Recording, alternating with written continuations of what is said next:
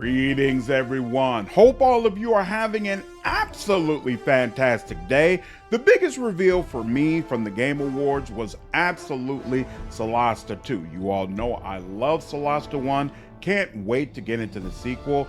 And so I took the time, even after the Game Awards, to look at a live stream they did, walking through a lot of information, along with some tidbits they've dropped. And this video is going to share that information with all of you. So first and foremost, Solasta 2 is going to be based in Neokos, which is a land far from the Badlands. So it's not clear whether or not we're going to get any cameos from the characters we met in the first game, but this is going to be a completely separate story. And it's confirmed that once again, we will be dealing with factions. So they're going to be different organizations specifically based in this land. Factions were a big deal in the original Solasta. They determined what kind of gear you were going to have access to, and you could pick up items that you could then turn in and increase your approval with different factions. So it'll be interesting to find out if that system is a little bit more involved here in the sequel. Now, the reason it's based in Neokos is that there's an item called the Mana Nexuses, which the villain Shadowwind, who's voiced by Amelia Tyler, is trying to get, and it's the job of your heroes to essentially stop her and get to this item first. Now, obviously, you can tell from the trailer there are several things about Solasta 2 that are going to be upgraded compared to the original, and the most obvious one is visual. Solasta 2 has moved from Unity over to Unreal Engine 5. Of course, a lot of developers are doing this. We've already did some content about how Unity has significantly damaged their brand with a lot of indie developers, and so Unreal Engine appears to be pretty much taking their place.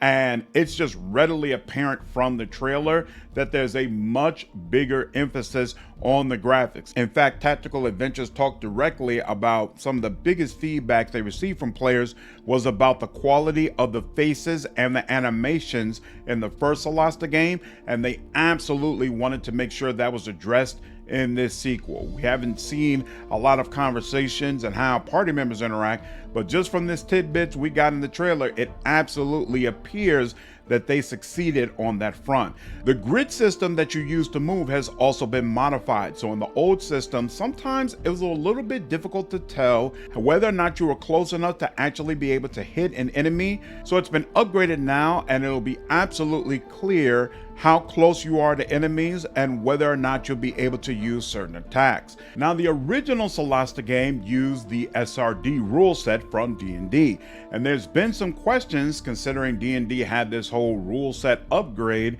in 2024, whether or not that would also cause Solasta to use new mechanics. Thus far, the answer appears to be no, because the SRD has not yet been updated based on these 2024 mechanics, and it's not clear yet whether or not that information will be available in time for Tactical Adventures to comb through the entire game and upgrade the mechanics based on that information. So they're not saying a hard no yet. They're basically in wait and see mode because obviously they don't have any control over when this information comes out, but they're basically preparing fans that the mechanic system might end up being basically the same as what we got in the original Solasta game. What is going to be a major change from the original is co-op will be available, so people will be able to play together.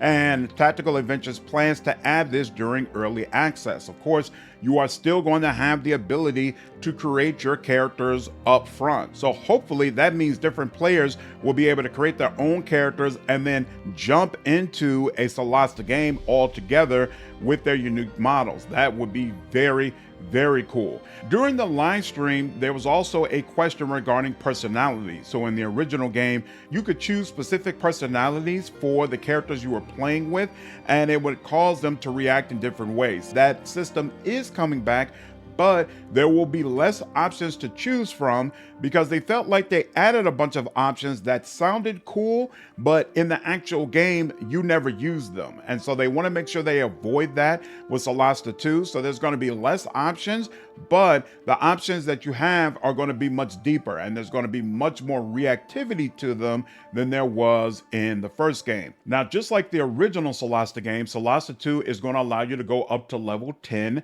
and they plan for the adventure to take you around 20 hours. At this time, there's no plans for mod support, but of course down the line anything is possible. There are also no plans to add sling weapons into the game at this time, and there are no plans to add unique classes, so all of the classes are going to be based on ones you know from D&D. There was also a question about flying mechanics. One of the really cool things about the first Solasta game is that both you and your enemies were able to fly into the air and rain down fireballs or do really nasty things to characters. So obviously that's something that fans want to see in the sequel. It's not clear yet how that would work because due to some of the graphical enhancements, the camera is closer to the ground and it's harder to make those flying mechanics work. It seems like they can't just pan out the way they did in the first game.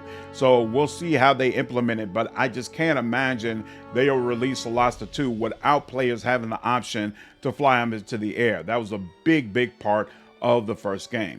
And then finally, they did mention that there are plans to release on consoles. So the first Solasta game, it released on PC first, and then unfortunately, it was an extended amount of time before it finally came out on consoles. Hopefully that time window will be smaller for this next go around, and the people who are playing on consoles can get this game ASAP. And that's it. That's all the information that I know about the game thus far.